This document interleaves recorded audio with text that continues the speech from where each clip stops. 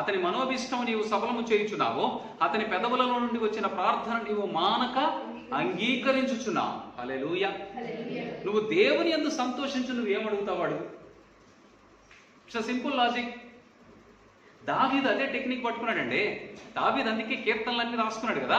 దావీదు కీర్తనల్లో దేవుని స్తుతించేటువంటి కీర్తనల్లో ఆయన దేవుని యందు ఆనందిస్తూ సంతోషిస్తూ, ప్రభువా నీవు నాకు అది చేసావు, ఇదిగో నా జీవితంలో ఇది చేసావు, నన్ను బలపరిచావు, నన్ను కాపాడు, ఇవన్నీ చెప్తూ ఉంటాడు ఆయన. ఇప్పుడు చదివిన మరి మనకు లేదంటే ఆ ఇన్సూరెన్స్, ఆయనకు ఆ భరోసా ఉందా లేదా? యెహోవా నా కాపరి, నాకు లేమి కలగదు, పచ్చిక గల చోట్ల ఆయన నన్ను నడిపించును, శాంతికరమైన జలముల యొద్ద నన్ను నడిపిస్తాడు కదా. అంటే నాకు కావలసిన ఆహారం ఇస్తాడు, నాకు కావలసినటువంటి నీటిని ఇస్తాడు, నాకు ఎక్కడ సురక్షితంగా ఉందో అక్కడికి తీసుకెళ్తాడు, తోడేళ్ళు వచ్చినా సింహాలు వచ్చినా వాటన్నిటిని తరిమి కొడతాడు, నన్ను క్షేమంగా ఉంచుతాడు, నా ప్రాణానికి ఆయన రక్షకుడు అని చెప్తున్నాడు ఆయన. మరి మనకెందుకు లేదు ఆ సంతోషం? ఎప్పుడు వస్తుంది పోనీ? వస్తుంది కదా, మాకు 1 కోటి రూపాయలు ఇస్తే వస్తుందండి. 1 కోటి రూపాయలు ఇచ్చాక నువ్వు అసలు దేవునితో సంతోషంగా ఎందుకుంటావు? స్నేహితులతో సంతోషంగా ఉంటావు, షాపింగ్ మాల్కి వెళ్ళి సంతోషంగా ఉంటావు, మార్కెట్కి వెళ్ళి సంతోషంగా ఉంటావు. దేవునితో సంతోషం ఎక్కడ ఉంటుంది నీకు? దేవుని యందు సంతోషించడం మొదలు పెడితే పాపము నీ దరికి రాకుండా ఉండటానికి అవకాశం ఉంది. దానిని బట్టి దేవుడు నీ హృదయ వాంఛనని తీర్చడానికి అవకాశం ఉంది. తద్వారా నువ్వు దేవునిలో స్థిరత్వాన్ని కలిగి నిత్య రాజ్యము కొరకు సిద్ధపడేటువంటి అవకాశం ఉంది. అటువంటి సంతోషము నీ దగ్గర లేనంత కాలము దేవుడు నీ హృదయ వాంఛను తీర్చలేడు, నీ కోరికలు తీర్చడు ఆయన.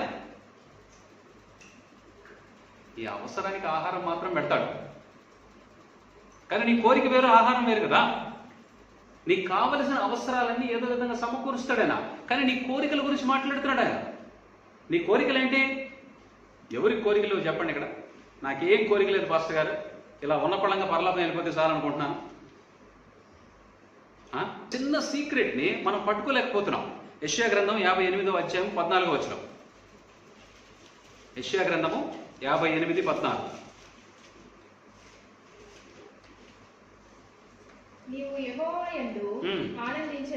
యెహోవా యందు ఆనందించెదవు, దేశము యొక్క ఉన్నత స్థలముల మీదకి నేను నిన్ను ఎక్కించెదను, నీ తండ్రి అయిన యాకోబు స్వాస్థ్యమును నీవు అనుభవములో ఉంచెదను.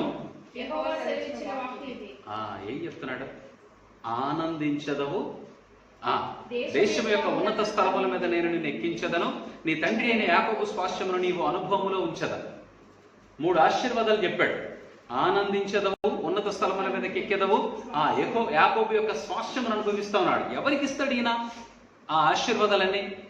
ఎవరైతే ఆయన యందు భయభక్తులు కలిగి ఆయనలో సంతోషిస్తారో వారికి ఇస్తాడు. ఇవ్వాలి, అది కండిషన్ అంతే. అది దేవుడు ఏర్పాటు చేసుకున్నటువంటి కండిషన్ అదే. ఆయన ఏం చెప్తున్నాడంటే, నా యందు సంతోషించు, నేను నీకు కావలసినవన్నీ ఇస్తాను. నా యందు సంతోషించు, దేశం యొక్క ఉన్నత స్థలముల మీద నేను నిన్ను కూర్చుండబెడతాను, యాకోబు యొక్క స్వాస్థ్యము నువ్వు అనుభవించేలాగా చేస్తాను. మనం ప్రార్థన చేస్తే ఏమడగాలి? నీ యందు సంతోషించడం ఎలాగో నేర్పించు నాయన. మనకు లేనిది అదే కదా. దేవుని యందు ఏమి లేకపోతే అది అడగమంటాడు కదా మా దేవుడు. నువ్వు అడగాల్సిందేంటి? దేవుని యందు సంతోషించడం అంటే ఏంటో నాకు తెలియట్లేదు.